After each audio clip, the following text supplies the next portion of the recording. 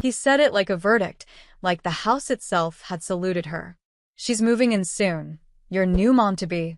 And now she's pregnant. She says you need to leave, because she wants your room. The grocery bag handles dug into my fingers. The jalapenos at the top clicked together with each heartbeat. Through the entryway, I could see the stairwell gallery I'd hung with a level and blue painter's tape, all the frames straight as soldiers. It was the only straight thing left in this conversation. I set the bags on the console and let the door whisper shut. For a beat, we just breathed the same air, his thick with entitlement, mine measured like I was counting to 10 without moving my lips. I turned, met his eyes. Man, I said, slow enough for the syllable to land. I even tilted my head toward him, so he couldn't pretend he'd misheard. I own this house. He blinked a little, like the word own had teeth he'd forgotten about. Then he barked out a laugh that didn't reach his eyes. Don't be dramatic. We're family. Families adjust. A sandal clacked at the top of the stairs. She appeared, hand on a new ring, the other resting below a carefully rounded belly beneath a cream sweater that looked like it had never met a washing machine. Perfume drifted down the stairwell, vanilla and something citric. She looked at the railing like it already belonged to her. We'll make this easy, she called. Your room is sunnier. I need the sunlight. Doctor's orders. You can take the den. The den, I repeated, letting the word roll over the part of my brain that remembered converting it from a garage. Insulation, drywall, permits, while Dad couldn't find his wallet. The den has no closet. She smiled. You're resourceful. There are 100 ways to lose a house. Death. Divorce. Death. And there's this way too. Someone deciding your boundaries are negotiable because you've been the one fixing everything since you were old enough to sign for packages. What happens when the person who taught you what a key means tells you it doesn't mean that anymore? I slid the deed folder out of my tote. It was thick, the edges softened from miles of living. Renovation permits. Tax receipts. A line item ledger where my handwriting tracked every shingle and screw. I didn't wave it like a flag. I just set it gently on the hall table, next to a set of keys that I'd paid to copy, and said, we won't be doing this your way. Dad's jaw flexed. You're not pushing a pregnant woman out. I'm not pushing anyone, I said. But no one pushes me. Silence snapped tight, like a rope pulled from both ends. Then you can leave, he said, finally finding the threat he preferred. Tonight. I glanced past him at the dining room wall, at the faint pencil marks near the baseboard from when I measured crown molding. The house hummed, like old wood does when wind shifts. I inhaled, counted 1, 2, 3, and felt the steadiness click into place behind my ribs. I'm not leaving, I said. And if she's moving in, she'll be the first tenant in history who signs a lease she doesn't get to write. I picked up the deed folder, walked to the kitchen, and laid it on the island like a chessboard. Then I opened my laptop. There are soft ways to say no. I've used them. There are firmer ways too. This was neither. This was the part where I stopped asking anyone to remember whose name is on the door. This was the part where I made them read it.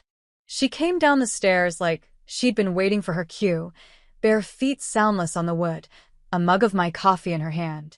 Good news, she said brightly. We've been talking and decided you'll be better off somewhere closer to work.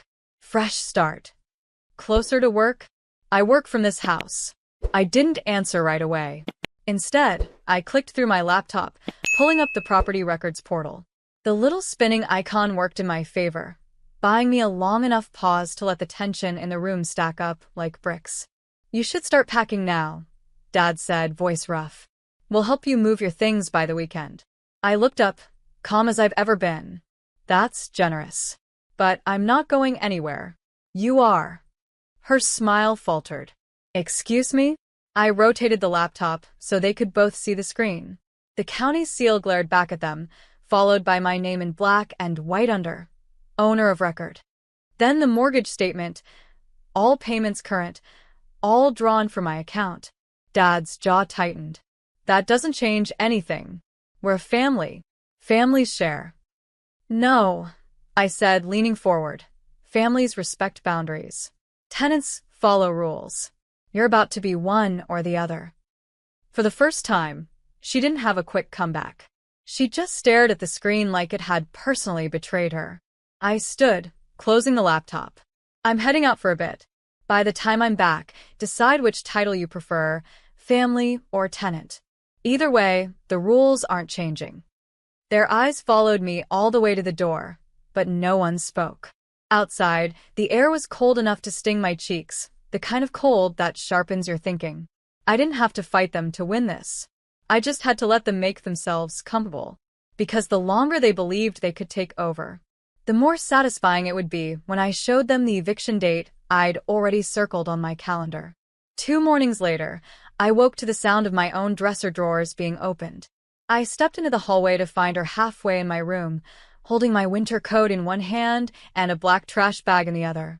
"Thought I'd help you get a head start," she said, her tone so falsely sweet it could rot teeth. I leaned on the doorframe, crossing my arms. "That coat's worth more than your engagement ring. Put it back." Her nostrils flared. "You know, your father and I have been talking. You've been here too long. It's not healthy for a grown woman to cling to her childhood home." I let out a quiet laugh. "Funny. I was thinking the same thing about grown women moving into homes they don't own." Dad appeared behind her, clearly having heard enough to feel the need to mediate. "Clara," he sighed, "you're making this harder than it needs to be. She's pregnant. She needs comfort. We all need to compromise." "Compromise?" I repeated, like I was testing a foreign word. That would require both sides giving something up. "So far, all I've heard is you taking." His brows knit together. "This isn't about taking. This is about family." I stepped closer, lowering my voice until it was just for him. "Then you should have remembered that before you tried to evict your own daughter from the home she bought." Her hand tightened on the trash bag. "We're not going to be bullied out of what's fair." I smiled, slow, deliberate. "You're right. I don't bully. I document." What they didn't know was that every moment like this, the uninvited entry into my room, the attempts to move my belongings, was already being logged. Date, time, photo. I stepped back, giving them the full width of the hallway.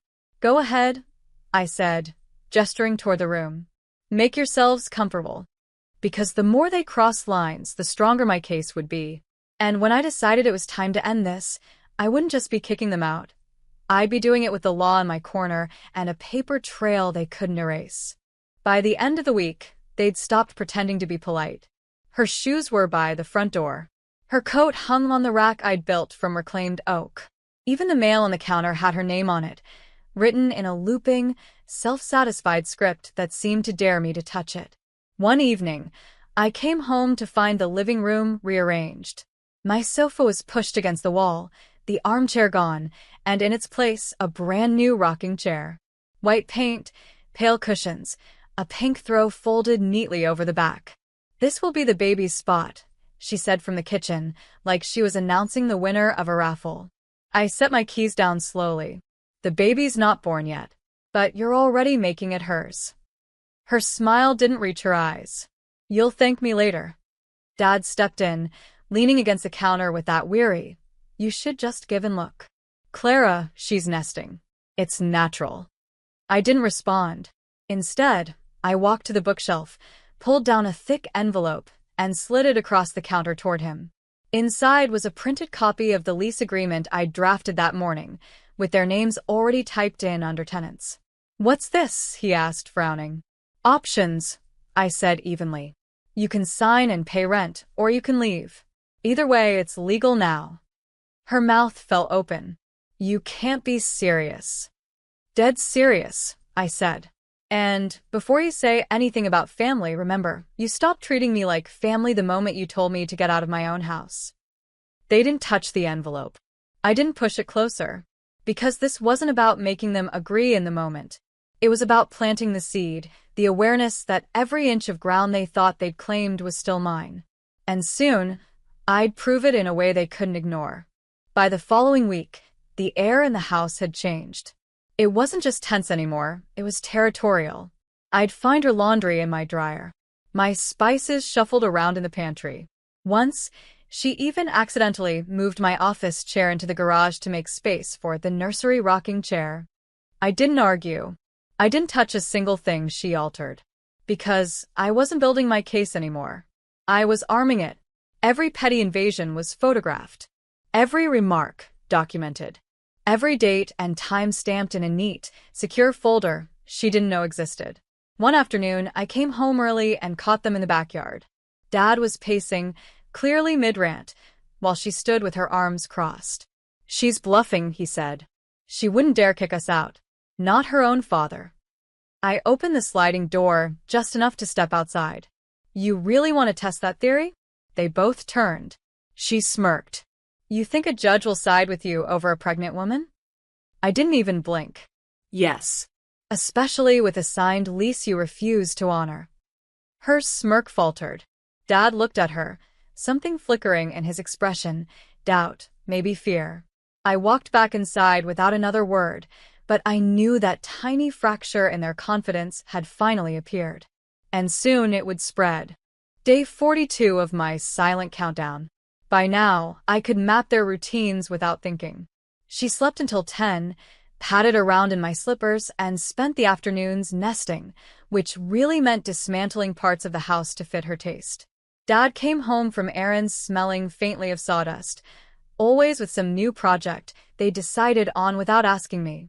That morning, a delivery truck pulled up.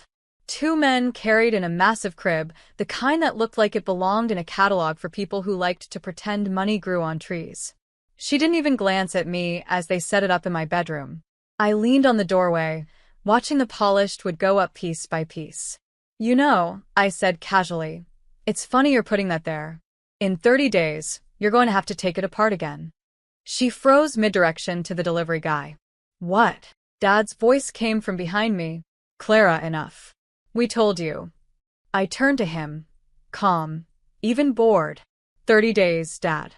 That's when the notice expires. That's when the locks change. That's when you're no longer my problem. Her eyes darted between us. "You're bluffing." I stepped into the room, running my hand over the crib's edge. "The difference between us? I don't bluff. I file." The color drained from her face just enough for me to catch it. Dad shifted uncomfortably, like he'd just realized this wasn't going to end with a family group hug. I walked out, leaving the sound of the Allen wrench clicking against the crib bolts behind me. In my office, I opened the email thread with my lawyer, scrolling to the latest message. "Everything's in order. 30 days exactly. They have no legal standing." I sat back in my chair, letting the satisfaction settle. Because there's a certain peace in knowing the clock is ticking. And you're the only one who can hear it. Day 29. The air in the house was sharp, thin, like the atmosphere before a thunderstorm. I came home to find her in the living room, phone pressed to her ear, voice low but urgent. "She's not serious, no. She can't. Dad says she's bluffing." She froze when she saw me, then turned her back like that could erase the words I'd just heard. Dad came in a moment later, holding 2 mugs of coffee, one for him, one for her. Not a third in sight. "Clara, you've made your point," he said. "Now, let's be reasonable." Reasonable. That was his favorite word when he was asking me to give something up for his comfort. I set my bag down, slow and deliberate. Reasonable was you staying in your own place. Reasonable was you asking before moving her in. We're way past reasonable. Her eyes narrowed. "You're going to throw out your own father?" I met her stare. "I'm going to remove 2 people who've made it clear they don't respect me or my home. Biology doesn't give you a free pass to treat someone like a guest in their own life." They didn't speak after that. But I could feel it, the panic setting in, the quiet calculations in their heads about where they'd go next. That night, I sat at the kitchen table, lit only by the glow of my laptop, and pulled up the final paperwork. Move-out order. Lock change authorization. Security deposit refund, because even when you're ending it, you do it clean. I signed each page with steady strokes, the pen scratching against the paper like it knew this was the end. Tomorrow wasn't just the last day of my countdown. It was the day I'd reclaim every square inch they thought they could steal. The morning of day 30 was quiet in the way a battlefield is quiet before the first charge. The movers arrived at 8 a.m. sharp. Their boots echoed through the hall as they hauled in folded boxes and packing tape. I stayed in the kitchen, sipping coffee, letting the sound of cardboard tearing fill the space where my father's voice used to boom. She appeared first, hair messy, eyes wide, clutching a robe at her chest. "You can't just—" "I can," I said. "And I have. Everything you own will be packed and delivered to the address you provided for the deposit refund." Her jaw trembled. "We don't have another address." I met her eyes for the last time. "Then you should have thought about that before you tried to take mine." Dad came in, slower than her, shoulders slumped. For once, there was no lecture, no defense. He just looked around at the half-empty living room, like he was realizing too late how temporary it all had been. When the last box was carried out, I walked to the front door and held it open.